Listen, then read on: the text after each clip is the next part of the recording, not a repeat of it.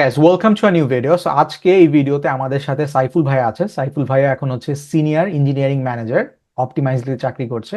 So আমরা এখন সাইফুল ভাইয়ার ব্যাকগ্রাউন্ড স্টোরি, তারপরে কিভাবে করে সে সিনিয়র ইঞ্জিনিয়ারিং ম্যানেজার হলো অপটিমাইজলিতে, সেটা জানবো। সো সাইফুল ভাইয়া, আপনাকে যদি একটু আপনার সম্পর্কে একটু বলতেন যদি। সো আসসালামু আলাইকুম। Hello everyone. তো nice to meet Adib. So কিছুদিন আগে আদিবের সাথে প্রথম আসলে কনভারসেশন স্টার্ট করি আমরা এই পডকাস্টের বিষয়টা নিয়ে। সো আমার লাইফের লাইক একটা ডেফিনেটলি ইন্ডাস্ট্রিতে প্রায় অলমোস্ট 12 প্লাস ইয়ার্স ইন্ডাস্ট্রিতে আছি। So definitely I have lots of experience in the industries, so a lot of things. So I'll try to share my experience, like my life journey, as much as possible. But yeah, so yeah, যেটা আদিব বললো যে আমি senior manager হিসেবে এখন optimise দিতে কর্মরত আছি। Optimise দি Dhaka branch যেটাকে আমরা বলতেছি। সো অপটিমাইজের একটা নিজস্ব হিস্ট্রি আছে। সো এটা যারা কিনা কাইন্ড অফ অপটিমাইজ দিকে ফলো করে তারা অবশ্যই হয়তোবা জানবে যে আগে হয়তোবা এটা অপটিমাইজ দি ছিল না, আগে একটা ডিফারেন্ট নাম ছিল। সো আমি ওটাতে পরে যাব। সো আমি আগে আমার ব্যাকগ্রাউন্ডটা দিয়ে শুরু করি। লাইক আমি ছোটবেলা দেখে শুরু করি, ঠিক আছে? তো লাইক প্রথমত হচ্ছে ইঞ্জিনিয়ারিং ম্যানেজার যে বিষয়টা, এটাতে আসলে kind of CS non CS যে কেউ ইঞ্জিনিয়ারিং ম্যানেজার অ্যাকচুয়ালি হতে পারে। সো আমি অ্যাকচুয়ালি কম্পিউটার সায়েন্স ব্যাকগ্রাউন্ড থেকে আসছি, কিন্তু এর মানে এই না যে একমাত্র কম্পিউটার ইঞ্জিনিয়াররাই লাইক ইঞ্জিনিয়ারিং ম্যানেজার হইতে পারে। সো তবে আমার যে ইউনিক জার্নিটা সেটা একটু বলি। সো বেসিক্যালি যেটা হয় যে like as usual everyone like everyone, আমার চাইল্ডহুডটা যেমন ছিল, চাইল্ডহুডটাতে আসলে টু বি ফ্র্যাঙ্ক আমি আসলে কম্পিউটার সায়েন্সে ভর্তি হওয়ার আগ পর্যন্ত আমি পড়াশোনা করছি শাহজালাল বিশ্ববিদ্যালয় থেকে কম্পিউটার সায়েন্সে। তো কম্পিউটার সায়েন্সে ভর্তি হওয়ার আগ পর্যন্ত কম্পিউটার আমি জীবনে দেখি নাই, টু বি ফ্র্যাঙ্ক। সো যেটা হয় যে আম, আমি কম্পিউটার আমার স্টিল খেয়াল আছে যে আমরা আমাদের সি ল্যাবে আপনার যেটা হয় যে স্যার আমাদেরকে বলতেছেন কোনো একটা কিছু টাইপ করার জন্য, তো আমরা মাউস খুঁজতেছিলাম, লিটারালি মাউস পাচ্ছিলাম না। সিচুয়েশনটা এমন হয়েছিল। তো তখন আমি কম্পিউটার কিনে নাই, because I was kind of confused what to do with my life. কারণ অ্যাট দ্যাট মোমেন্ট যেটা হয় যে আগের বাবা মারা একটু কাইন্ড অফ মেডিকেলে পড়বে নাকি ইঞ্জিনিয়ারিং পড়বে, এরকম একটা দোদুল্যমান সিচুয়েশন ছিল। ওই দোদুল্যমান সিচুয়েশন আমি নিজেও দোদুল্যমান সিচুয়েশনে পড়ে গেছিলাম। তো পরে যেটা হয় যে মানে আমি একবার মানে আগে মেডিকেলে পড়বো এরকম একটা বাইক নিয়ে পড়াশোনা শুরু করছি। দেন এইচএসসি তে পড়তে গিয়ে দেখলাম সবাই ইঞ্জিনিয়ারিং এর দিকে ছোটে। সো আমি দুইটার মাঝখানে পড়ে আমি কনফিউজড হয়ে গেছি। সো অবশেষে যেটা হয় যে আমার লাইফে ফ্যামিলিতে একটা ট্র্যাজেডি হয়। সো ট্র্যাজেডি হওয়ার কারণে আমি আসলে কোনোটাই পার্সু করতে পারিনি, না ইঞ্জিনিয়ারিং পার্সু করতে পারছি না মেডিকেলে পার্সু করতে পারি। তো ইন্টারেস্টিংলি যেটা হয় যে ওইখানে শাহজালাল বিশ্ববিদ্যালয় এবং তখনকার আমাদের আমি আসলে 2007-এর কথা বলতেছি। তখন যেটা হয় যে আপনার মানে শাহজালাল বিশ্ববিদ্যালয় আর চুয়েটের অ্যাডমিশন টেস্ট বাকি আছে, বাকি সবগুলা ডান। তো এই অবস্থাতে এখন আমার হাতে অপশনই আছে দুইটা, এখন কি করতে পারি? তো তখন আমি আসলে একটু নিজে আবার একটু প্রিপারেশন নিয়ে শেষ পর্যন্ত কি করলাম যে আমি একটু সিরিয়াসলি পড়াশোনা করলাম। পড়াশোনা করে আহ আল্লাহর রহমতে শাহজালাল বিশ্ববিদ্যালয়ে চান্স পাই, কিন্তু তখন I was not sure which subject I would like to get in to, right? আর কেউ একজন বলতেছিল সিভিল পড়ো, কেউ একজন বলতেছিল আর্কিটেকচার পড়ো, কেউ একজন বলতেছিল কম্পিউটার সায়েন্স। তো আমি আসলে কম্পিউটার সায়েন্স নেওয়ার পিছনে রিজনটা হচ্ছে আমি শুনছি এটাতে টাকা কম লাগবে পড়তে, এই কারণে আমি কম্পিউটার সায়েন্সে পড়াশোনা করছি। ঠিক আছে, সো এই কারণে সিম্পলি আমি কম্পিউটার সায়েন্সে যাই। আমাকে বলছে কেউ একজন যে তুমি একটা কম্পিউটার কিনলেই তুমি 4 বছর পার পার করে দিতে পারবা। সো এটা ছিল মোরাল, আমি আসলে কম্পিউটার সায়েন্সে কেন গেছি। তবে তখন আমি আসলে লাইক আমি কম্পিউটার সায়েন্স নিয়েই পড়বো ওইটা নিয়ে আমার কোনো ইয়া ছিল না। কারণ আমি লিটারেলি আমাদের তো দুইবার অ্যাডমিশন টেস্ট দেওয়া যায়। সো আমি আমার বই বই এইচএসসির বইটা নিয়ে ভার্সিটিতে গেছিলাম আমি মেডিকেলের প্রিপারেশন দিব, ঠিক আছে?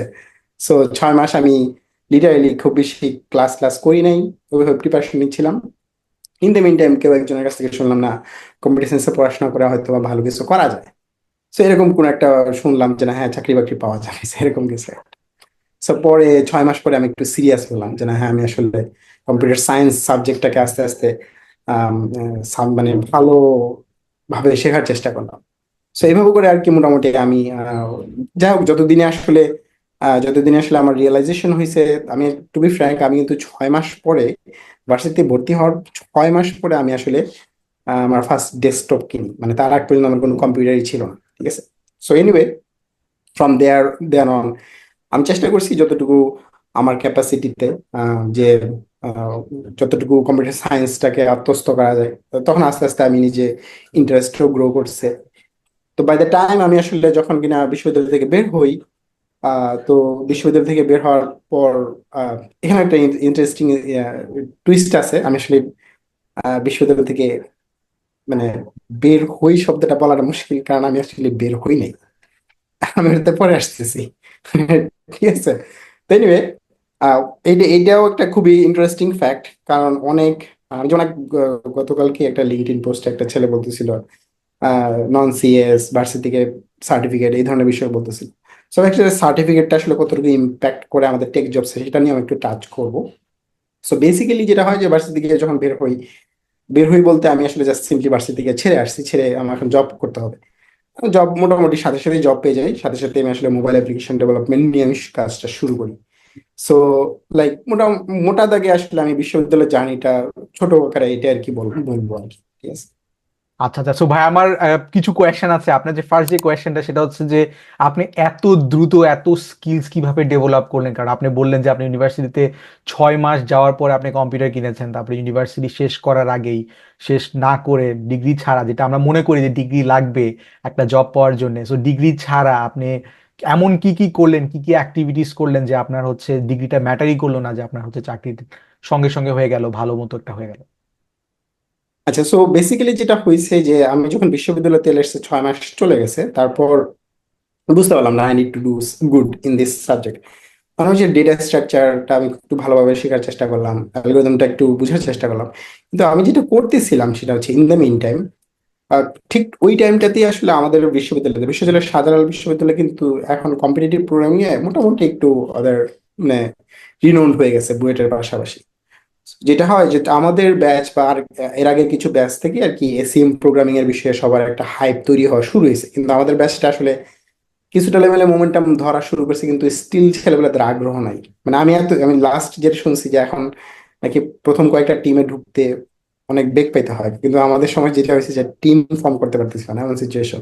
সো এনিওয়ে তখন আমি বুঝতেছিলাম যে না, মানে তখন আমি বুঝতেছিলাম বলবো না, তখন আমি বুঝি নাই যে what kind of value the competitive programming might have.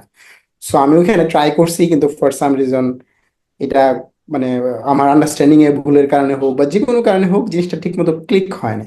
তবে আমি যে জিনিসটা সবসময় করছি সেটা হচ্ছে আমি মানে অলস বসে থাকি নাই, ঠিক আছে। বিশ্ববিদ্যালয় লাইফে 4 বছর লাইফে আমি কখনোই জাস্ট বসে নাই, আমি কিছু না কিছু শিখছি।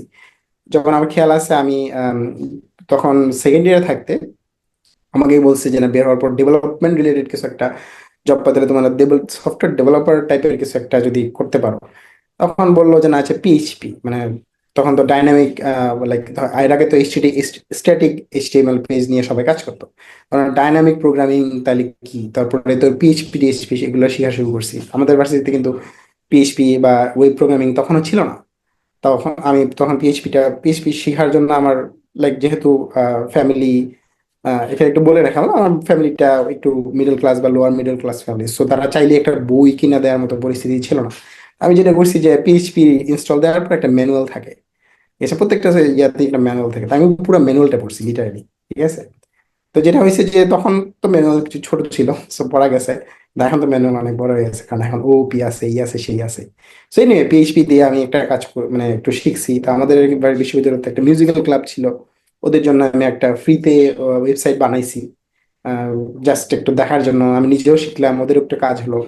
তারপরে আমি চেষ্টা করতেছিলাম, আমি এমন কোথাও না বসে। আবার যখন কিনা আমাদের জাভা বা ওপি কোর্সটা ছিল হচ্ছে সেকেন্ড সেমিস্টারে, ওয়ারেজ আমি তো সেকেন্ড ইয়ারে থাকতেই ওপি নিয়ে শিখছি। তারপর হচ্ছে একটা অ্যান্ড্রয়েড যে লাইক ডেভেলপমেন্ট যে জিনিসটা, এটা সম্ভবত আমি থার্ড ইয়ার বা ফোর্থ ইয়ারে যাওয়ার পর কোনো এক বড় ভাই আমাদের বিশ্ববিদ্যালয়ের, সে শুনলাম সে নাকি অ্যান্ড্রয়েড ডেভেলপার, তার কাছে হিটাচি বা মোটরোলা কোনো একটা ডিভাইস ছিল। আমার কাছে এটা একটু ফ্যাসিনেটিং লাগলো। তা আমি তখন নিজে নিজেই অ্যান্ড্রয়েড শিখছি। আমার খেয়াল আছে যে আমি বিশ্ববিদ্যালয়ে থাকা থাকা অবস্থাতেই ফোর্থ ইয়ারে থাকতেই নিজে নিজে কিছু প্রজেক্ট বানাইছি হচ্ছে জাস্ট অ্যান্ড্রয়েড ফোকাসড। সো মানে আমি কখনোই 4 বছর লাইফে, মানে আমার রেজাল্ট নিয়ে অনেক প্রশ্ন করতে পারবে, ঠিক আছে, কিন্তু 4 বছর লাইফে আমি কিছু না কিছু করে গেছি, ঠিক আছে, আমার কিছু না কিছু শো করার মতো ছিল, ঠিক আছে।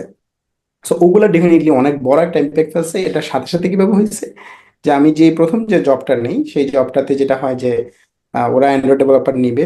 আর অ্যান্ড্রয়েড তখন তো জাভা বেস, এখন তো একটু কটলিনে শিফট করে ফেলছে, কিন্তু তখন জাভা বেস ছিল। তো আমি এক্সএমএল জাভাতে বেস। মোটামুটি একটা, হ্যাঁ, জাভা এক্সএমএল উই বেস ছিল, তখন এক্লিপস দিয়ে কাজ করা লাগতো। সো আমি মোটামুটি মানে ওরা যে ইন্টারভিউ নেয় ওটাতে সাথে সাথে এস করি লিটারালি। আমাদের টোটাল 20 জনের মতো আমাদের ব্যাচ থেকে গিয়েছিল। আমি সম্ভবত ওদের রিটেন টেস্টে হায়েস্ট মার্ক ছিল আর কি। সো ফ্যাক্ট হইতেছে যে না, আমার তখন আমি কিন্তু লিটারালি ভার্সিটি থেকে বের হয় নাই, ঠিক আছে, স্টিল বের হয় নাই, এটা ডিফারেন্ট আলাপ। সো মানে সো আমি বসে নাই, কখনোই আমি বসেছিলাম না, ঠিক আছে, কিছু না কিছু আমি করে গেছি। তো ভাইয়ার আরেকটা কোয়েশ্চেন, সো আমি নিজেও হচ্ছে যখন স্ন্যাপচ্যাট চাকরি করতাম আমি অ্যান্ড্রয়েড ডেভেলপার ছিলাম। সো আমি যখন আমি অ্যান্ড্রয়েড শিখেছি তখন হচ্ছে অনেক গাইডেন্স ছিল। তো আপনি ভাইয়া আপনি যখন অনেক আর্লি শিখেছেন তখন তো এত ডকুমেন্টেশন ছিল না, এত কোর্সেস ছিল না। মানে আমি যেটা শিখেছি, সত্যি কথা যদি বলি, আমি হচ্ছে ডকুমেন্টেশন নিয়ে গিয়েছি, যে গুগলের যে ডকুমেন্টেশন, ওখানে কিছু ভিডিও ছিল, ভিডিও শিখেছি, তারপরে নিজে নিজে আপনার হচ্ছে অ্যান্ড্রয়েড স্টুডিওতে অ্যান্ড্রয়েড করেছি, এভাবে করে। তো আপনার একটু জার্নিটা জানতে চাই যে আপনি কিভাবে অ্যান্ড্রয়েড শিখলেন, তখন তো ডকুমেন্টেশন ছিল না, এত ভিডিও ছিল না, তাহলে শিখলেনটা কিভাবে করে? ও আচ্ছা, হ্যাঁ, এইখানে একটা ইন্টারেস্টিং, এটা আসলে আমাদের বিশ্ববিদ্যালয়ের বড় ভাইদের ক্রেডিট দিতে হবে। বিষয় হচ্ছে আমি যখন শুনছি কোন এক বড় ভাই, এটা সম্ভবত 02 ব্যাচের এক ভাই আছেন, আমি হচ্ছে 06 ব্যাচ, মানে এইচএসসি 06 ব্যাচ। তো আমরা এইভাবে আর কি ব্যাচমেটদেরকে বেশি চিনি। তো যেটা হয় যে 02 ব্যাচ বা 01 ব্যাচ এরকম কোন একটা ভাই আছেন, তো উনি যেটা হয়েছে বিশ্ববিদ্যালয়ে যখন আসছিলেন কোন একটা কাজে, আমি দেখলাম। তো পরে আমাদের বিশ্ববিদ্যালয়ের একজন টিচার ছিলেন, বিকাশ ভাই নামে আমরা ওনাকে চিনতাম। তো উনি যেটা হলো যে ওনার কাছে আমি সম্ভবত খুবই মার্ক মার্ফি নামে একজন লেখক ছিল অ্যান্ড্রয়েডের। সো তার একটা বই ছিল প্রায় 100 বা 150 পেজের, ঠিক আছে। তো আমি যেটা করছি ওই পুরো বইটা ওনার কাছ থেকে সামহাও ম্যানেজ করছিলাম, ম্যানেজ করে সফট কপি আর কি, ম্যানেজ করে আমি লিটারালি ইন ওয়ান গো আমি পুরো বইটা শেষ করছি, ঠিক আছে। তো ওই ওই জিনিসটা ওইটা ওইটা একটা ভালো কাজে দিছিল আমাকে। সো ওইটা আমি মানে ওইটা ওইটা পরে, কারণ বেসিক্যালি আমাদের সময় তো আসলে ইন্টারনেট স্পিডটাও খুবই লিমিটেড ছিল, কারণ বিশ্ববিদ্যালয়ে গেলে হয়তো একটা ভালো স্পিড পাইতাম, কিন্তু আমার খেয়াল আছে আমি সেকেন্ড ইয়ার বা থার্ড ইয়ারে থাকতে আমি জিপির এজ ফোন কিনি। তো তখন আমাদের একটা পেজ লোড হইতে গেলে আমরা চা খায় আসতাম আর কি, যাতে একটা পেজ লোড হয় আর কি। সো ঠিক আছে। তো ওই সিচুয়েশন ছিল না যে আমি আসলে ডকুমেন্টেশন পড়ার মতো সিচুয়েশন, যদি আমার লোকালি থাকতো তাহলে আমি ডকুমেন্টেশন পড়তে পারতাম, কিন্তু আমি বেসিক্যালি অফলাইন কপিগুলা উপর বেশি নির্ভর করছি। সো এই ক্ষেত্রে ওই বইটা খুবই কাজে দিছে, ঠিক আছে।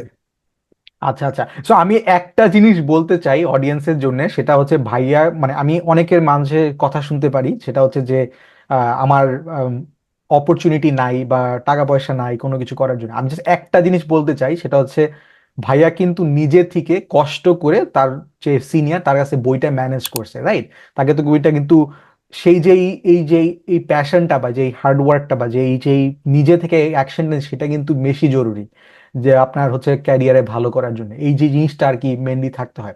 সো আমি আরেকটা কোয়েশ্চেন করি ভাইয়াকে। সো ভাইয়া, আপনি তো একটু নন ট্রেডিশনাল থেকে, ফর এক্সাম্পল আপনি বললেন সেটা হচ্ছে যে আপনি ডিগ্রি শেষ করার আগে চাকরি পেয়েছেন, যেটা হচ্ছে একটু নন ট্রেডিশনাল, রাইট? মেজরিটি মানুষ হচ্ছে ডিগ্রি কমপ্লিট করে তারপরে চাকরি করে।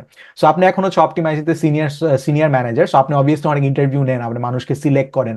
সো আপনি কি দেখেন আর কি এখন যখন মানুষকে নেন, আপনি কি, ফর এক্সাম্পল আপনি যেই পজিশনে ছিলেন, আপনি ওই পজিশনে থেকে আপনার কি মনে হয় যে আপনি কেন, আপনাকে মানুষ সিলেক্ট করেছে, আর যারা হচ্ছে নন ট্রেডিশনাল তাদের কিভাবে করে আপনি সিলেক্ট করবেন? আপনার কাছে যদি স্ট্যান্ড আউট করতে হয়, আপনার আপনাকে ইমপ্রেস করতে হয়, কিভাবে করে তারা করতে পারবে? এইটা প্রথমত হচ্ছে এখানে একটা জিনিস একটু বলে রাখা ভালো, সেটা হচ্ছে যে individual individual personal personality always এখানে সামহাও কোনো না কোনো ভাবে কোনো না কোনো এরিয়াতে অলওয়েজ উইল বি দেয়ার। ঠিক আছে, আমি আমি এই জিনিসটা একটু বলে নিয়ে আমি আসলে কথাটা শুরু করেছি, বায়াসনেস এর বিষয়টা যেটা থাকে, যে একজন পার্সন হয়তো বা এক ধরনের পার্সোনালিটি বেশি পছন্দ করে, আরেক ধরনের পার্সোনালিটি হয়তো বা সে কম পছন্দ করে। সো এটা অলওয়েজ দেয়ার, এটা আসলে কিছু কিছু বলে না। মানে আপনি যদি আজকে নিজে দুইটা বাচ্চা থাকে, এর মধ্যে দেখবেন নিজেই খেয়াল করবেন, আমার তো দুইটা, আমার অ্যাকচুয়ালি দুইটা পিচ্চি আছে, তো আমি নিজেই খেয়াল করি আমি কিছু কিছু এরিয়াতে আমি একটা পিচ্চির প্রতি বেশি বায়াস, আবার কিছু ক্ষেত্রে অন্য পিচ্চির প্রতি একটু কম বায়াসড। সো এই বায়াসনেসটা আমাদের human nature. So having said that, এখন আপনি কিভাবে স্ট্যান্ড আউট করবেন ওইটার জন্য বেসিক্যালি, যেমন আমি আমি আমার এক্সাম্পলটা খুব সুন্দর করে দিতে পারবো। আমি স্ট্যান্ড আউট করার জন্য আমার কিছু কিছু জিনিসপত্র থাকতে হবে শো করার জন্য। ঠিক না, আমার আগে বিষয় হচ্ছে যে আমার কাছে যদি কিছু নাই থাকে, তাহলে আমি কি দিয়ে মানে স্ট্যান্ড আউট করবো? সো আমার কাছে যখন আমি বলবো যে না, হ্যাঁ ওকে, যেমন এই অপটিমাইজের ক্ষেত্রে যেটা হয়, অপটিমাইজে যখন আমি হায়ারিং হয় তার আগে ওদের লিটারারি একটা একজন একজন এমন একজন পার্সন দরকার ছিল যে এখানে এসে একটা নতুন একটা টিম স্ক্র্যাচ থেকে তৈরি করতে পারবে। এবং প্রোডাক্টটা একটু চ্যালেঞ্জিং প্রোডাক্ট ছিল, কারণ এটা ব্যাকডেটেড একটা টেকনোলজি দিয়ে বানানো ছিল। সো এখানে কাইন্ড অফ একটু একটু চ্যালেঞ্জিং ফ্যাক্টর আছে, যে আবার এবার তার উপর আমার মোবাইল অ্যাপ্লিকেশন ডেভেলপমেন্টে। সো সো এই ধরনের চ্যালেঞ্জেস গুলোর সাথে দেখা গেছে আমার জিনিসপত্র ম্যাচ করতেছে, কারণ আমার একটা নিজের স্টার্ট আপ দেওয়ার এক্সপিরিয়েন্স আছে। ওই স্টার্ট আপে আমি নিজে টিম ফর্ম করছি, নিজে কাজ করছি, নিজে সবকিছু করছি। ঠিক আছে, সো ওদের ওই এক্সপিরিয়েন্সের সাথে এই এক্সপিরিয়েন্সটা ম্যাচ করে গেছে। সো তখন ওরা খুব সহজে আমার সাথে খাপে খাপে মিলে গেছে। সেম কেস হচ্ছে যখন কিনা আমি যে কোনো কোম্পানিতে যখন আমি যাব, তখন আমি আমার কাছে যেই জিনিসপত্রগুলো শো করার মতো আছে, আমি যখন বলবো যে না I have done this or that, আমি যদি কালকে যদি একটা ছেলে জাস্ট আমি যদি একটা জাস্ট অ্যাজ এ হাইপোথেটিক্যাল, আমি যদি কালকে একটা ছেলেকে হায়ার করতে চাই আমার টিমের জন্য, what would I look for? ঠিক না, আমি কি দেখতে চাইবো? আমি দেখতে চাইবো যে আচ্ছা ভাই, তুমি কি করছোটা কি? ঠিক না, তুমি 4 বছর ভার্সিটিতে সময় পাইছো, করছোটা কি? তুমি যদি মানে মানে এই আমি নিজে পাইছি যে একটা ছেলে আমার বিশ্ববিদ্যালয়, এমন না যে না, আমি বলবো না যে না এটা অন্য বিশ্ববিদ্যালয় বা অন্য সাবজেক্টের দিকে আমি আসলে বায়াসড, ওইটা না, আমার বিশ্ববিদ্যালয়ের ছেলেমেলে আমি বলছি কি করছো 4 বছর? কিছু তো দেখতেছি না তোমার সিভিতে। সে বলতেও পারতেছে না সে কি করছে। ঠিক না, সো দ্যাটস আবার এমনও পাইছি যে না, আমাদের বিশ্ববিদ্যালয়ে ভালো ভালো ছেলেও পাইছি। আমি ওই শুধুমাত্র আমার বিশ্ববিদ্যালয়কে মানে ব্যাশিং করবো না। ঠিক আছে, মানে নিজের বিশ্ববিদ্যালয় তো ব্যাশিং করা সহজ, অন্য বিশ্ববিদ্যালয় বললে পরে বল ভাই কি শুরু করছেন। ঠিক না। এটা একটা খুব ভালো একটা অ্যান্সার দিয়েছেন ভাই। সেটা হচ্ছে যে মানুষ আসলে কি মানে বলে অনেক কিছুই, বাট আলটিমেটলি যেটা হয় সেটা হচ্ছে সবাই দেখতে চায় যে তুমি আসলে টাইমটা কিভাবে করে ইউটিলাইজ করছো। এখন যদি তুমি টাইমটা ভালোভাবে ইউটিলাইজ করো, তাহলে তোমার রেজিউমেতে দেখা যাবে, রাইট? তুমি হয়তো কম্পিটিটিভ প্রোগ্রামিং করবা, স্টার্ট আপ দিবা, তুমি হয়তো বা হ্যাকাথন দিবা, কিছু একটা করবা তুমি, রাইট? খালি জিপিএ থাকবে না, মানে খালি জিপিএ বা তোমার ক্লাসে ইউনিভার্সিটিতে, লেটস সে ইউনিভার্সিটির সবাই চেস গেম, এটা একটা খুব কমন একটা প্রজেক্ট। তারপরে আরো কিছু হচ্ছে রেস্টুরেন্ট চেক আউট, এগুলো থাকবে না, আরো ডিফারেন্ট কিছু থাকবে আর কি।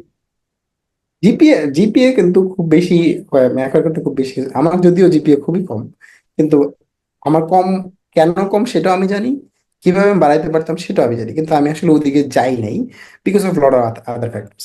জিপিএর জন্য খুব বেশি কিছু করা লাগে না, রেগুলার ক্লাস করতে হয়, ক্লাস টেস্ট গুলো অ্যাটেন্ড করতে হয়, আর পরীক্ষা ঠিক মতো দিতে হয়, দ্যাটস ইট। জিপিএর জন্য এতটুকু, ভার্সিটি বিশ্ববিদ্যালয়তে যাওয়ার পর জিপিএর জন্য এতটুকু করলেই এনাফ। কিন্তু ফ্যাক্ট হচ্ছে যে ক্লাস থেকে বের হয়ে আমি আমার পার্সোনাল টাইমে কি করতেছি, এক্স্যাক্টলি। আমি উইকেন্ডে কি করি, আমি অন্যান্য টাইম গুলোতে কি করতেছি, আমি কি জাস্ট লেটসে কক্সবাজার ঘুরে বেড়াচ্ছি, বন্ধু বান্ধব নিয়ে আড্ডা বেড়াচ্ছি, ও আড্ডা দিলে তুমি আড্ডা দাও, না করছে কি? তাই তো, তারা তো আবার বের হয়ে সেটা কান্নাকাটি করার তো মানে হয় না। এক্স্যাক্টলি, এক্স্যাক্টলি, এটাই এটাই আমি অলওয়েজ বলি। সেটা হচ্ছে যে মানে তুমি যে রেজাল্টটা পাও গ্রাজুয়েশন পরে, চাকরি পাচ্ছ ভালো কোম্পানি না কোম্পানি, ডিপেন্ড করে তুমি 4 বছর কিভাবে ইউটিলাইজ করছো। এখন তুমি যদি সারাদিন ঘুরে ঘুরে বেড়াও, তুমি এক্সপেক্ট করতে পারবে না যে one of the best salary পাচ্ছ তুমি। এটা দ্যাটস নট ভেরি মানে রিয়ালিস্টিক আর কি, এটা রিয়ালিস্টিক না আর কি। সো ভাই আমি আপনাকে আরো কিছু কোয়েশ্চেন করতে চাই। প্রথম যে কোয়েশ্চেনটা সেটা হচ্ছে আপনি বলেছেন সেটা হচ্ছে আপনার অ্যান্ড্রয়েড ডেভেলপমেন্টে আপনার এক্সপিরিয়েন্স।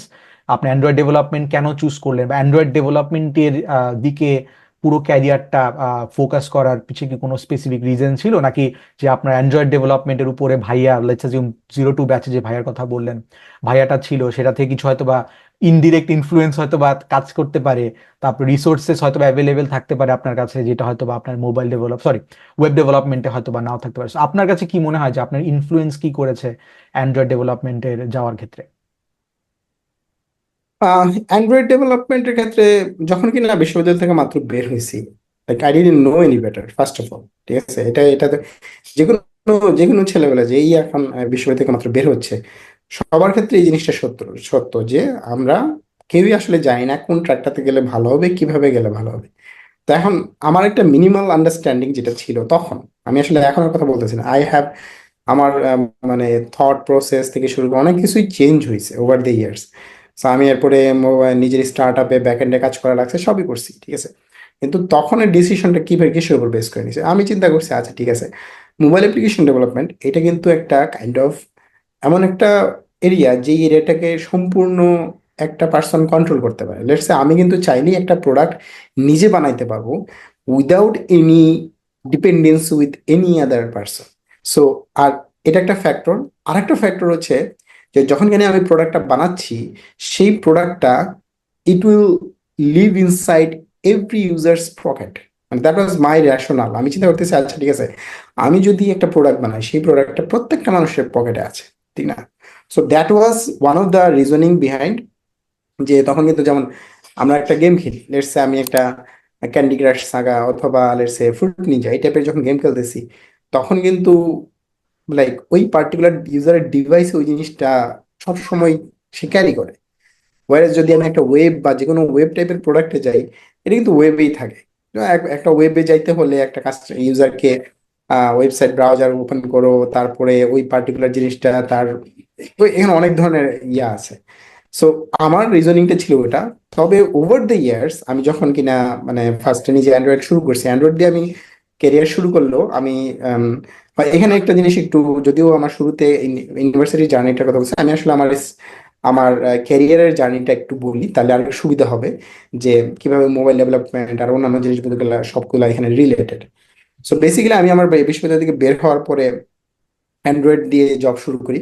তো অ্যান্ড্রয়েডে মোটামুটি আমি আহ, ভালোই করি, ঠিক আছে। মানে মোটামুটি প্রথম 10 মাস একটা কোম্পানিতে ছিলাম, তো ওই 10 মাসে আমার খেয়াল আছে আহ, আমি ওগুলো আমি একটু পরে আসতেছি, কারণ ওইখানে ওইখানে আসলে শুরুর দিকটাতে আমার এফোর্টটা কতটুকু ছিল, মানে আমি নিজেই মাঝে মাঝে এখন চাই ওই ধরনের এফোর্ট দিতে, কিন্তু আমি জানি ওই ধরনের এফোর্ট দেওয়ার মতো ক্যাপাসিটি এখন আর হয়তো আর নাই।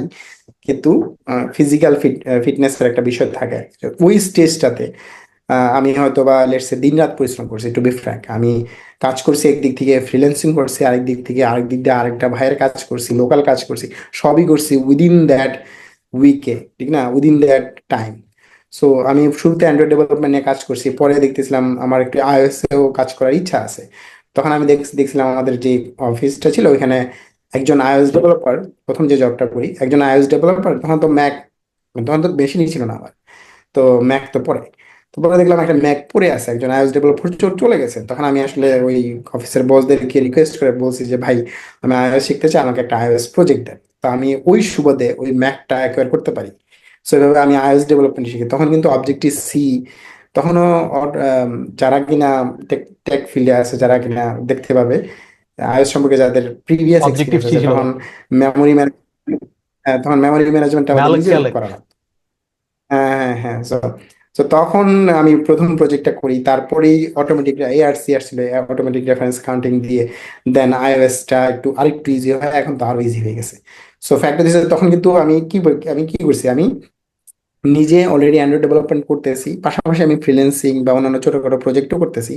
বা একই সাথে আমি দেখতেছি অফিসে একটা ম্যাক পড়ে আছে, আমি ভাইদেরকে বললে একটা iOS এর প্রজেক্ট নেই, যেটা আমাকে iOS এ একটা ফুটহোল্ড তৈরি করতে সাহায্য করে।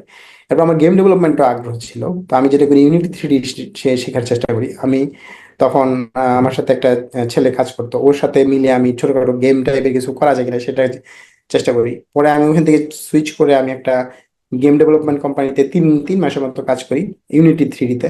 কিন্তু আনফরচুনেটলি ওরা খুব বেশি মানে বড় করতে পারে নাই, সো যার কারণে পরে আমি বের হয়ে যাই। তো এরপর যেটা হয় যে আমি প্রগম্যাটিক ডেভেলপমেন্ট নেটওয়ার্ক নামে একটা কোম্পানিতে প্রায় 2 বছরের মতো চাকরি করি। ওখানে আমার খুবই খুবই ভালো গ্রোথ হয় in terms of in terms of salary as well as work, ঠিক আছে। কারণ আমি ওইখানে যেটা হয় যে আমার স্যালারি লিটারালি 3 গুণের কাছাকাছি চলে নিয়ে গেছি উইদিন 2 ইয়ার্স। সো ও মানে এরপর যেটা হয় যে এবং এমন একটা স্টেজে যায় যে আমাকে অফিস মানে কোম্পানির যে বড় ভাই আছেন, সে একটা স্টেজে ভালো মানে ইয়া দিতেছিল আর কি, যেন হ্যাঁ থাকো তাহলে ভবিষ্যতে ভালো কিছু তোমাকে হয়তো বা এখান থেকে দিতে পারবো, এরকম কিছু ইঙ্গিত দিচ্ছিল। কিন্তু আমার একটা নিজের অলওয়েজ একটা চিন্তা মাথায় ছিল যে না, I want to do something of my own. So তখন আমি চিন্তা করি যে না, আমি নিজে একটা স্টার্ট আপ দিব। তো সেটার জন্য আমি আমার বিশ্ববিদ্যালয়ের আমার ব্যাচেরই একজন আর আমার বড় ভাই 03 ব্যাচের এক বড় ভাই আছে, তাদের সাথে মিলে আমি একটা স্টার্ট আপ দিই, যেটাতে মোটামুটি 5 বছরের মতো কাজ করে। ওইখানে লিটারেলি আমি AWS, DigitalOcean, DevOps, Android, iOS, publishing, marketing, I don't know what I did not do, আমি মোটামুটি সবই করা হয়েছে। ঠিক আছে। সো এরপর যেটা হয় যে তখন আমি ব্যাক এন্ডেও কাজ করা লাগছে, ব্যাক এন্ডে কাজ করা লাগছে, এমন না যে আমি ইচ্ছা করে কাজ করছি। একটা হচ্ছে যে সিচুয়েশন গুলো এমন ভাবে রেইজ হয়েছে, তখন আমি আসলে আমাদের প্রচুর পরিমাণে কাস্টমার আসতেছিল, ট্রাফিক ম্যানেজ করতে হবে, একা ম্যানেজ করা যাচ্ছে না। আমাদের কি বলে মানে নিজেদের সার্ভার স্কেল আপ করতে হবে। সো অটোমেটিক্যালি হয়েছে আমাদের বিশেষ করে স্টার্ট আপ পজিশন। আমি যদি অন্যান্যরা এখন যারা সিস্টেম ডিজাইন বা অন্যান্য জিনিসপত্রগুলো হাতে পড়াশোনা করতেছে, unfortunately I was force to do system design. না আমাদের প্রথম দিকে, যেমন আমরা প্রথম দিকে যখন প্রোডাক্টটা বানাচ্ছিলাম, তখন আমরা একটা ক্রিকেটের অ্যাপ্লিকেশন বানাই, ঠিক আছে, ক্রিকেটের অ্যাপ্লিকেশন, ওটা খুব বেশি। অ্যাপটাও আমি বানাইছি, অ্যাপটা আরেকটা ডেভেলপারের সাথে মিলে আমিই বানাইছি। দুইটার ব্যাক এন্ডটা আমাদের এক বড় ভাই ছিল, আরেকজন পার্টনার ছিল। তো ওইটা ছিল শেয়ার্ড সার্ভারে, আমাদের যেমন হোস্টিং বা এই ধরনের সার্ভারে। তো এখন ওইটাতে এত পরিমাণে ট্রাফিক আসতেছিল যে আমরা শেষ পর্যন্ত বাধ্য হই যে এখন কি করবো, সার্ভার ডাউন হয়ে যেতেছে, ওরা যে ব্যান্ডউইথ দেয় ওটা আর পারতেছে না। দেন আমরা সার্ভারটাকে শিফট করে ডিজিটাল ওশানে নিয়ে যাই। আর যে ডিজিটাল যখন মাইগ্রেশন নিয়ে যায়, ওইখানে এক চ্যালেঞ্জ। পরে ডিজিটাল ওশানে থেকে কোনো একটা কারণে আমাদের ডিজিটাল অ্যাকাউন্ট সাসপেন্ড হয়। পরে পুরো সার্ভারটাকে আমরা AWS এ নিয়ে যাই। পরে AWS এ যখন নিয়ে গেছি, তখন দেখতেছি আরেক আরেক ঝামেলা, ওইখানে লোড ব্যালেন্সিং করা লাগবে, ট্রাফিক ম্যানেজ হচ্ছে না, ক্লাউড ফ্লেয়ার ইন্ট্রোডিউস করো, সিডিএন ইন্ট্রোডিউস করো। সো এই যে পুরো জিনিসপত্রগুলো আই ওয়াজ ফোর্সড, মানে আমি যে দেখতেছি আমার সার্ভার কস্ট লিটারলি, আমার অ্যাপের ইউসেজ হচ্ছে লেটস সে $500, সার্ভার কস্ট হচ্ছে $2000। এখন এটাকে কিভাবে রিডিউস করা যায়? সো ওই রিডিউস, মানে এটা ultimately I was force, otherwise money was getting মানে বার্ন, ঠিক না? সো আল্লাহর মতো ওইখানে স্টার্ট আপটাতে অনেক ধরনের এক্সপিরিয়েন্সের সুযোগ হয়। তো তবে যে কোনো একটা কারণে হোক, I didn't continue with that start up anymore. পরে যেটা হয় যে আমি আপনার কি বলে আহ, ইয়া করি যে স্টার্ট আপ থেকে তারপরে আমি আসলে আবার ফ্রিল্যান্সিং বা এই জিনিসপত্রগুলো করা শুরু করি। তো ফ্রিল্যান্সিং আমি ফাইবারে মোটামুটি কাজ করি। ফাইবারে মোটামুটি প্রায় 4-5 মাসের মতো কাজ করছি। আমার মোটামুটি লেভেল 2 স্যালারির মতো চলে গেছিলাম। আহ, তো ওইখানেও ফ্রিল্যান্সিংও একটা ইন্টারেস্টিং স্টোরি আছে, যে কিভাবে ফ্রিল্যান্সিং করছি ওইখানেও একটা লার্নিং আছে, which I try to share in my LinkedIn as well. তারপর যেটা হয়, অবশেষে যখন ডিসাইড করি যে না, আবার জবে ব্যাক করব, তারপর আমি একটা কোম্পানি, BJT নামে একটা কোম্পানি আছে বাংলাদেশে, ওইটাতে জব করা শুরু করি। 3 মাসের মতো জব করি, কিন্তু for some reason their culture was not the right fit for me. আমি পরে শিফট করে পোর্টোনিক্স নামে একটা কোম্পানি আছে, ওরা বেসিক্যালি টেলকো প্রোডাক্ট নিয়ে কাজ করে। ঠিক আছে, তো ওইখানে আমি কাজ করি। তো কাজ করার পর অবশেষে শেষ পর্যন্ত অপটিমাইজ দিতে আসি, এবং অপটিমাইজ দিয়ে মূলত আমাকে রিচ আউট করছিল হচ্ছে অনেক আগেই। কিন্তু এখানে একটা ফ্যাক্টর হচ্ছে, আমি পোর্টোনিক্সে খুব বেশি দিন হয় না জয়েন করছি, ঠিক ওই টাইমে ওরা আমাকে রিচ আউট করে। তো আমি আসলে তখন মাত্র জয়েন করছি, এখন এই অবস্থায় যদি একটা কোম্পানিকে না বলি কেমন দেখায়, ঠিক আছে, ইথিক্যাল একটা বিষয় এসে পড়ে। তো আমি বলছি আচ্ছা ঠিক আছে, আমি কয়েক মাস পরে আবার ট্রাই করি। পরে আল্লাহর মধ্যে হয়, তারপরে আর কি অপটিমাইজ দিতে এসে অপটিমাইজ দিতে যে জয়েন করি, সেটারও একটা ইন্টারেস্টিং স্টোরি হয়েছে। যে যে বললাম যে আমাদের মোবাইল অ্যাপ্লিকেশনটা, এটা একটা ব্যাকডেটেড টেকনোলজি দিয়ে বানানো ছিল। কেউ আসলে প্রথমত হচ্ছে যেই টেকনোলজি দিয়ে বানানো হয়েছে, এই টেকনোলজি কেউ কেউ কাজ করে না, এই মুহূর্তে মার্কেটে এটা পাওয়া যায় না। সো রিসোর্সও পাওয়া মুশকিল। কেউ যে লার্ন করতে চায়, ওটাও কেউ কারোর আগ্রহী নেই। সবাই একটু কাইন্ড অফ কনফিউজ যে আসলে এই ধরনের প্রোডাক্টে কেউ এসে নিজের ক্যারিয়ার জলাঞ্জলি দিবে কিনা। সো ওই অবস্থাতে আমাকে বলে যে ভাই, আসলে এই প্রোডাক্টটাকে কিছু একটা করে দেন। সো কাইন্ড অফ এইভাবে আস্তে আস্তে আমি জয়েন করি। জয়েন করার পর পুরো একটা টিম আল্লাহর মতো ফর্ম করি। ফর্ম করে মোটামুটি আমাদের কিছুদিন আগে আসলে আমরা প্রোডাক্টটা মানে পুরাপুরি জামানিন থেকে ফ্লাটারে মাইগ্রেট করি। মাইগ্রেট করে আমরা আমাদের কাস্টমারদের জন্য জেনারেলি অ্যাভেলেবল করি আর কি, রিলিজ দিই। সো এই ছিল আর কি পুরা মানে বিশ্ববিদ্যালয় থেকে বের হওয়ার পর ক্যারিয়ার সামারিটা আর কি। That make sense. আমি একটা জিনিস বলবো, সেটা হচ্ছে ভাইয়ার যে জার্নির মধ্যে দুটো জিনিস আমার কাছে খুবই খুবই ক্লিয়ার। সেটা হচ্ছে ভাই অনেক বেশি ডিটারমাইন্ড, আরেকটা হচ্ছে ভাই অনেক বেশি হার্ডওয়ার্কিং করেছে। কারণ হচ্ছে ইউনিভার্সিটি থাকা অবস্থায় এত অ্যাক্টিভিটিস, যদি করতে হয় এত লিমিটেড সময়ে, তখন হচ্ছে অনেক বেশি আপনাকে হার্ড ওয়ার্ক করতে হবে, সেটা পসিবল না এটা। সো আমি, সিন্স আমাদের কাছে লিমিটেড সময় আছে, সো আমি আপনাকে কয়েকটা কোয়েশ্চেন করব। সেটা হচ্ছে যে ফার্স্ট যে কোয়েশ্চেনটা ভাইয়া, সেটা হচ্ছে যে আপনি এখন সিনিয়র ম্যানেজার। তো সিনিয়র ম্যানেজার, আপনি কি এখনো কোড লিখেন, নাকি আপনার মেন দায়িত্ব এখন মোর ম্যানেজমেন্টে, যে পিপল ম্যানেজমেন্ট করেন আপনি? এখানে দুইটা স্টোরি। একটা হচ্ছে যে প্রথম স্টেজে আমি আসলে বলবো যে 70-30, 70% টাইমস আমি কোড করছি, আর 30% টাইম আসলে ম্যানেজমেন্ট করছি। কারণ যেহেতু আর্লি স্টেজে টিমটাও ফর্ম করতে হবে, আবার আমাদের প্রোডাক্টটাকেও কাইন্ড অফ ওন করা শুরু করতে হবে। সো প্রোডাক্ট ওনারশিপ বা কোড গুলাকে বুঝে আসলে প্রপার ফিক্সেস গুলা দেয়া। আর যেহেতু পুরাতন টেকনোলজি, এখানে চাইলেই ডেভেলপার পাবো না। সো এই সেন্স থেকে আমি নিজেকেও এখানে মানে নিজেকে যথেষ্ট ইকুইপ করতে হয়েছে, যেন আমি আসলে যে কোনো কাস্টমারের সলিউশন দিতে পারি। সো ওই সেন্স থেকে শুরুর দিকটাতে আমরা এটা করছি, আমার করতে হয়েছে। এটা আসা না যে না আসলে মানে এটা আনফর্চুনেটলি ডিউ টু নেসেসিটির কারণেই করা লাগছে। তো এখানে এই জিনিসটা বলে নেওয়া ভালো যে ইঞ্জিনিয়ারিং ম্যানেজার যে রোলটা আছে, সেই রোলটা কিন্তু এটাই মেইন করে, যে যখন কিনা আমরা একটা প্রোডাক্ট নিয়ে কাজ করব, ওইটার জন্য নেসেসারি যেই চেঞ্জেসটা দরকার, সেটা যদি কালকে এমন হইতেই পারে যে না, আমাকে বলতে পারে যে না, আপনি এই পুরা প্রোডাক্ট একা সামাল দিবেন। So that's also you need to be able to do. So fact হচ্ছে যে হ্যাঁ, এখন ইঞ্জিনিয়ারিং ম্যানেজার হিসেবে এই কাজটা করার মতো ক্যাপাসিটি থাকতে হবে, কিন্তু তার মানে এই না এটা করতে হবে। ঠিক আছে। সো আমরা রিকোয়েস্ট করবো যে যদি কাজের ভলিউম বেড়ে যায়, তখন অবশ্যই আমার ওই ধরনের রিসোর্স দিতে হবে, তখনই আসলে হায়ারিং এর বিষয়টা আসবে। সো আমরা যখন মোটামুটি এখন জিএতে চলে আসছি, জিএ চলে যাওয়ার পর এখন আসলে পুরো জিনিসটাকে আমি শিফট করতেছি। সেটা হচ্ছে আমি আসলে ম্যানেজমেন্টের ফোকাস বেশি, কি বলে কোডিং বা এই জিনিসটাতে ফোকাস কম দিচ্ছি আর কি। That make sense. সো ভাইয়া, এখন যদি আপনি বলতেছেন যে অলমোস্ট 70% ম্যানেজমেন্টে, সো আপনি নিজেকে, মানে সিন্স আপনি এখন কোডিং সাইডটা কম করতেছেন, সো আপনি নিজেকে আপ টু ডেট রাখার জন্য, বা যে এআই, অনেকে বলে যে এআই আমার চাকরি নিয়ে যাবে, so ওইগুলা থেকে মিনিমাইজ করার জন্য আপনি নিজে এখন কি কি অ্যাক্টিভিটিস করেন? কোয়েশ্চেনটা আসলে আরেকটু ক্লিয়ার হলে ভালো হয়, আমি আসলে বুঝি নাই। আমার কোয়েশ্চেনটা হচ্ছে যে নিজেকে আপ টু ডেট, মানে up to to the latest technology, latest trend, এগুলাতে মানে রাখার জন্য আপনি কি কি অ্যাক্টিভিটিস করেন? ফর এক্সাম্পল, আমি যেটা উদাহরণ দেই, আমি অনেক টেক ব্লগস ফলো করি, যে কোনো রকম নতুন টেকনোলজি আসে আমি পড়ার চেষ্টা করি। যে ফর এক্সাম্পল, এটা যদি কোনো রিসার্চ পেপার থাকে, রিসার্চ পেপার পড়ি, বা কোনো ডকুমেন্টেশন থাকলে ডকুমেন্টেশন পড়ি, বা মাঝে মাঝে হয়তো বা আমি কিছু একটা সাইড প্রজেক্ট বানালাম ওই রিলেটেড, এভাবে করি। তো আপনার প্রসেসটা আর কি যদি শেয়ার করতেন। বেসিক্যালি মানে এখন এখন এখন যে আমাদের জেনারেশন, আমরা যখন শুরু করছি, তখন কিন্তু রিসোর্সের অ্যাভেলেবিলিটি এত ছিল না। আমি চাইলেই একটা ইউটিউব থেকে একটা ফ্রি কোড ক্যাম্পের 12 ঘন্টার ভিডিও দেখে নোট.জেএস শিখতে পারতাম না। ঠিক না? সো ফ্যাক্ট হচ্ছে যে এখন আমরা এই জিনিসটা করতে পারি। সো আর ইউটিউব বা এই ধরনের ইউটিউব আছে, লিঙ্কডইন আছে, তারপর হচ্ছে টেক ব্লগ যেটা আছে, চ্যাট জিপিটি আছে। ঠিক না? সো এই ধরনের রিসোর্সেস গুলো কন্টিনিউয়াসলি কিন্তু ইভলভ হইতেছে। সো ইনফরমেশন গুলো এমন এমন এমন হয়ে গেছে যে আমাকে জাস্ট ইনফরমেশন গুলো সিক করতে হয় না। ইনফরমেশন গুলোর জন্য আমাকে জাস্ট প্রপার জায়গাতে যাইলেই চলে, ও আমার চোখের সামনে ইনফরমেশন গুলো এসে পড়ে। সো ওই সেন্স থেকে আমি যেটা বলবো, আমি যেমন গুগলের কিছু এআই রিলেটেড কোর্সেস ওরা ফ্রি অফার করে ক্লাউড স্কিল বুস্টের মাধ্যমে, তারপর হচ্ছে এডাব্লিউএস অফার করে, মাইক্রোসফট অফার করে, আমি সেগুলোও দেখতেছিলাম কিছুদিন আগে।